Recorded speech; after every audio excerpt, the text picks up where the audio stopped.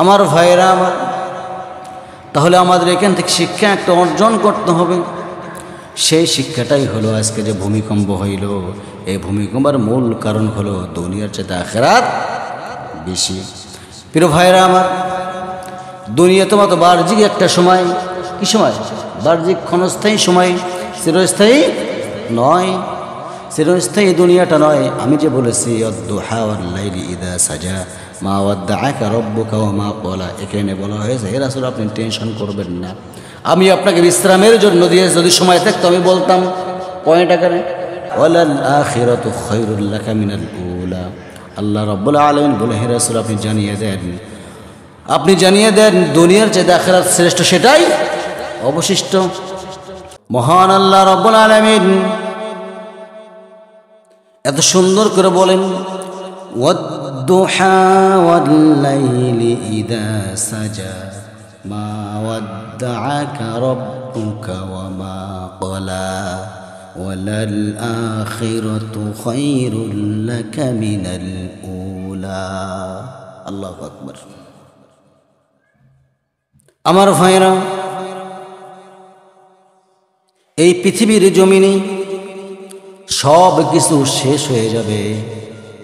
অদ্দুহা ওয়াল লাইলি ইযা সাজা, এটা বিশ্বনবী মুহাম্মদুর রাসূলুল্লাহ সাল্লাল্লাহু আলাইহি ওয়াসাল্লামের শানে অবতীর্ণ হয়েছে। বেশ কয়েকদিন আমার রাসূলের কাছে ওহী নাজিল হচ্ছে না। এক পর্যায়ে উম্মে জামিলা আমার নবীজিকে বলে ফেললেন, ও মুহাম্মদ, তুমি নাকি আল্লাহর নবী, তুমি নাকি আল্লাহর পয়গম্বর, তোমার কাছে ওহী কেন আসে না? আমার নবীজি বললেন, আজকে বলবো না, আগামীকাল বলবো। এইভাবে বেশ কয়েকদিন চলে যাচ্ছে। আমার নবীজির কাছ থেকে একটা কথা মুখ দিয়ে বের হয় নাই। সেই কথাটা বের হয় নাই হলো ইনশাআল্লাহ, আগামীকাল বলবো ইনশাআল্লাহ। এই কথাটা বের হয় নাই। এই কথাটা বের না হওয়ার কারণে আমার নবীজি একটু চিন্তায় পড়ে গেলেন, ওহী নাজিল বন্ধ হয়ে গেল নাকি।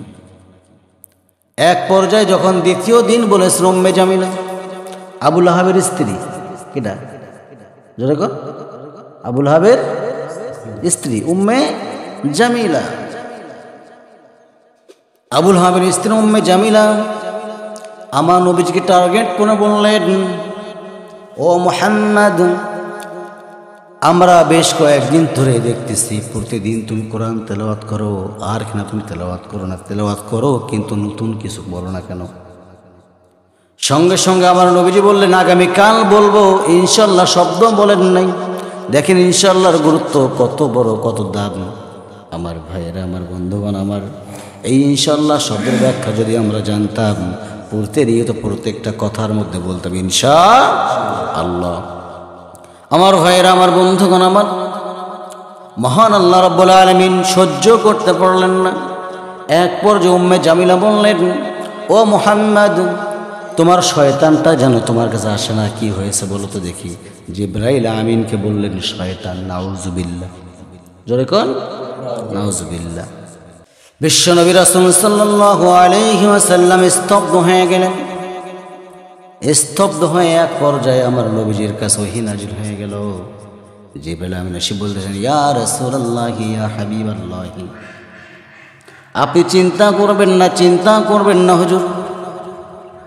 আপনাকে যে যা বলে বলুক না কেন, আপনার কোনো আসে যায় না।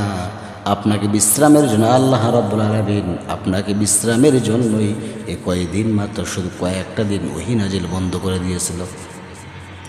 আমার নবীর ওহী নাজিল হয়ে গেল।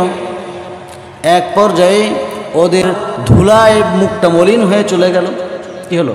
লজ্জায় মুখটা মলিন হয়ে গেল। কি এক অবস্থা!